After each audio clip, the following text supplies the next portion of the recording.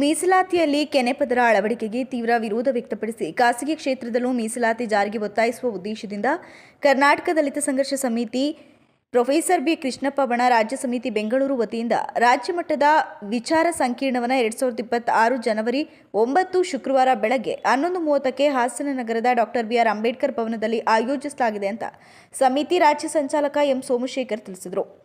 Doctor B R Ambedkar ಅವರ 69ನೇ ಪರಿನಿಬ್ಬಣ ದಿನಾಚರಣೆ ಹಾಗೂ ಭೀಮಾ ಕೊರೆಂಗ ವಿಜಯೋತ್ಸವ ಅಂಗವಾಗಿ ಜನವರಿ 9ರಂದು ಹಾಸನದಲ್ಲಿ ರಾಜ್ಯ ಮಟ್ಟದ ವಿಚಾರ ಸಂಕಿರಣ ಆಯೋಜಿಸಲಾಗಿದೆ ಅಂತ ಎಂ ಸೋಮಶೇಖರ್ ಹೇಳಿದರು. ಮೀಸಲಾತಿಯಲ್ಲಿ ಕೆನೆಪದರ ಜಾರಿಗೆ ತೀವ್ರ ವಿರೋಧ ವ್ಯಕ್ತಪಡಿಸಿ ಇದು ಶೋಷಿತ ಸಮುದಾಯಗಳಿಗೆ ಮಾರಕವಾಗಲಿದೆ ಅಂತ ಹೇಳಿದರು.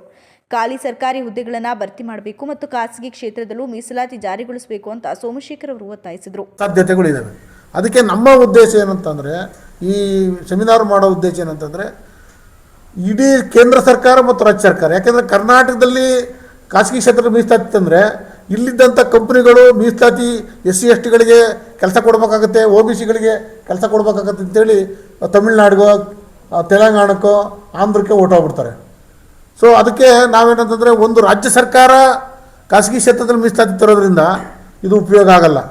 ಇಡೀ ಕೇಂದ್ರ ಮತ್ತು ರಾಜ್ಯ ಸರ್ಕಾರ ಎರಡೂ ಸಹ ಒಟ್ಟಿಗೆ ಮೀಸಲಾತಿ ತರೋದ್ರಿಂದ ಇಡೀ ಇಂಡಿಯಾ ದೇಶವನ್ನು ಬಿಟ್ಟು ಯಾವುದೇ ಕಂಪ್ನಿಗಳಾಗಲಿ ಯಾವುದೇ ಸರ್ಕಾರಿ ಇಲಾಖೆಗಳೇ ಶಿಫ್ಟ್ ಆಗಲಿಕ್ಕೆ ಸಾಧ್ಯ ಇಲ್ಲ.